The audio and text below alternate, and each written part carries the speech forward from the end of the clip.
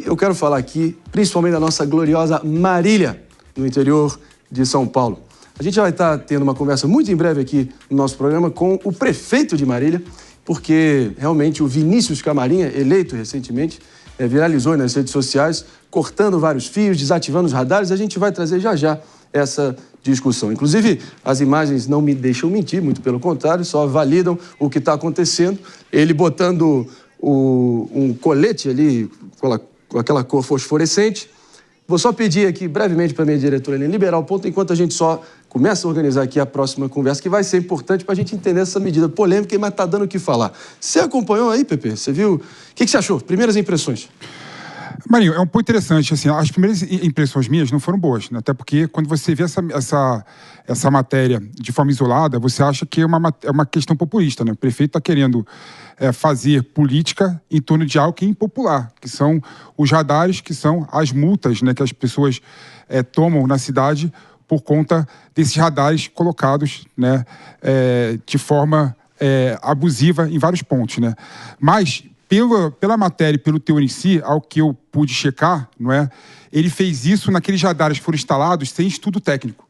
Porque pela legislação, há obrigatoriedade de você instalar os radares, mas antes você tem que fazer um estudo técnico que mostra a viabilidade, mostra a necessidade, mostra vários requisitos técnicos, não é? E, ao que consta, né, o prefeito tirou os radares que não tiveram esses estudos técnicos elaborados. Isso. Então, as medidas, no modo de ver, ampara a legalidade, nesse caso concreto, ao que tudo indica. Prefeito Vinícius Camarinha de Marília vai estar em breve aqui com a gente, está viralizando.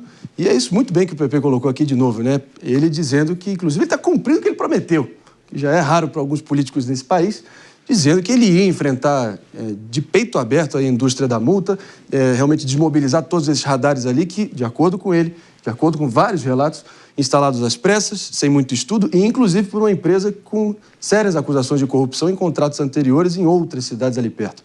Mano Feira, só um abre-alas aqui, porque em breve a gente vai ter esse papo. Não, isso é um problema grave, quando você tem indícios de corrupção embasando o que deveria ser feito como uma política pública baseada na defesa da vida. Você ter uma empresa com um indício de corrupção é muito grave, né? Mas, na minha visão, a gente não pode opor como se fosse ou indústria da multa ou nenhum tipo de fiscalização. Existe um meio do caminho que pode ser buscado. Mano Ferreira estava com a palavra aqui, estamos de volta para você também, sintonizado na rede Jovem Pan de rádio e repercutindo aqui as imagens já virais do prefeito da nossa gloriosa Marília, interior de São Paulo, que viralizou, tá por tudo que é lado com a postura contundente dele, ao cortar diversos fios, desativar vários radares polêmicos.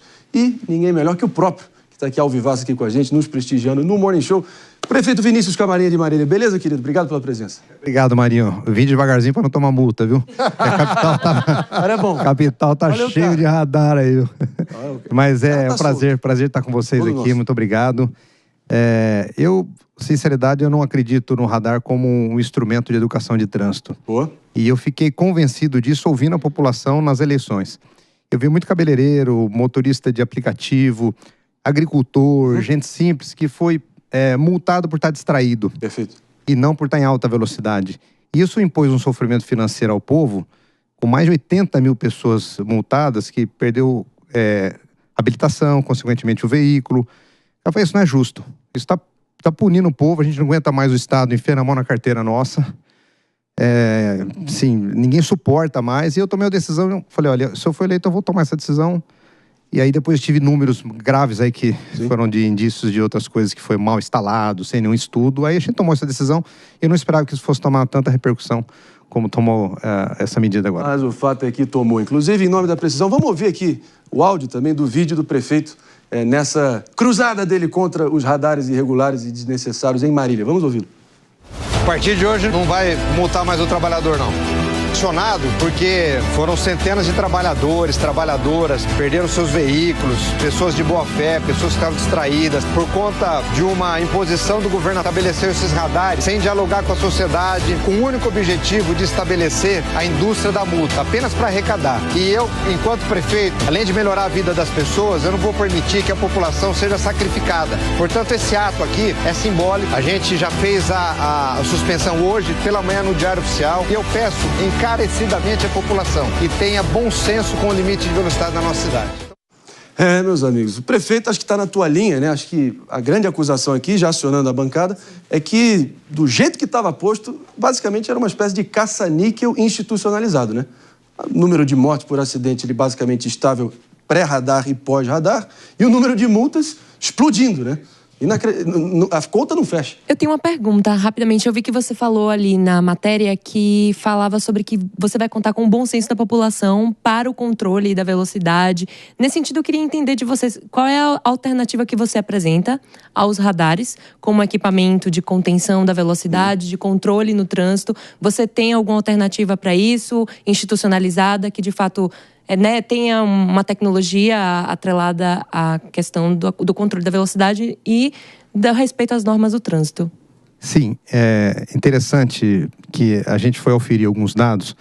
A grande maioria, a extrema maioria das pessoas que foram autuadas, elas estavam, por exemplo, o limite era 40 km por hora, elas estavam 41, 42, 45, 46 km por hora, numa velocidade assim, de distração, não de alta velocidade. Essas foram as pessoas que foram maciçamente autuadas. E isso levou a gente a tomar essa decisão, porque você não pode, a pretexto de querer multar quem está rachando, quem está em alta velocidade, levar a grande parte da maioria da população a uma penalidade financeira como essa. Esse foi o ponto 1. Ponto 2, a gente depois teve acesso às informações de que todas as instalações dos radares, elas estavam mal aplicadas. Não houve estudo, parecer do Ministério Público e tal. E aí, convencido de que a gente ia substituir. Eu acredito, estava dizendo agora há pouco, que o radar não é instrumento de educação de trânsito. Não é mesmo. Não é mesmo. Isso é pegadinha, é para arrecadar e não vejo dessa forma. Eu tive a oportunidade, Marinho, de ficar quase um mês no Japão estudando políticas públicas do Japão. E aí você sai de lá revoltado, porque o Japão funciona. Eles não ultrapassam nem a linha de pedestre quando o sinal está vermelho, mesmo não vindo do carro. O Japão é um grande exemplo de superação através da educação. É um grande exemplo. E eu quero seguir esse exemplo. Eu vou apostar na educação. Então, a gente já estabeleceu políticas públicas agressivas de educação de trânsito nas escolinhas, todas as nossas EMEIs, EMEFs, escolas do Estado, chamamos o Detran. Nós vamos ter pessoas agora nas ruas orientando a população e analisar pontualmente cada canto da cidade e ver como nós estamos avançando. E eu tenho certeza que nós vamos vencer através da educação. Estamos também com os nossos engenheiros de trânsito estudando medidas para que, em alguns casos onde haja excesso, a gente possa estabelecer o redutor de velocidade, mas sem punir, sabe? A gente não aguenta mais, ninguém aguenta mais. Eu vi cabeleireiro chorando porque vai perder o seu veículo de trabalho, motorista de aplicativo, agricultor que o velocímetro do carro dele nem mexe mais, porque era uma pessoa simples, vendedor de melancia. O cara 38 multas, porque o velocímetro não funcionava, sabe, Marinho? Então, agora, eu tomei essa decisão e acredito que nós vamos vencer pela educação. A indústria da multa já vem há muitas décadas aqui em diferentes metrópoles do Brasil. Marília é a bola da vez. E mais uma coisa é certa, né, mano? Com certeza ele enfrentou vários grupos de interesse e meteu a mão em alguns vespeiros aí, não é? Não, certamente. Agora, eu queria trazer a conversa para um outro ângulo, porque tem vários estudos que mostram que o controle de velocidade, muitas vezes controlado por meio de radares, tem um efeito de redução de morte no trânsito. Então, eu queria saber, isso é uma preocupação do senhor? Se houver um aumento de morte no trânsito em Marília, o senhor vai mudar de postura, vai se comprometer a reavaliar essa posição? Qual que é a postura do senhor em relação a isso? Eu gosto de uma máxima, né, que só não muda quem é ignorante, né? Se evidentemente essa nossa decisão estiver equivocada, a gente senta e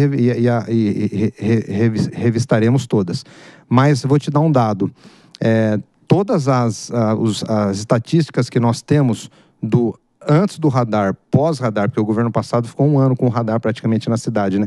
Ela se estabeleceu no mesmo padrão. O número de morte, inclusive, ela se firmou no mesmo número, ficou entre 26 e 27 por ano na cidade de Marília. Mesmo com radar e depois, aliás, sem o radar e depois com o radar. Não houve redução, nem aumento. Aliás, o número de acidentes em Marília, Marinho, era de 1.500 mais ou menos.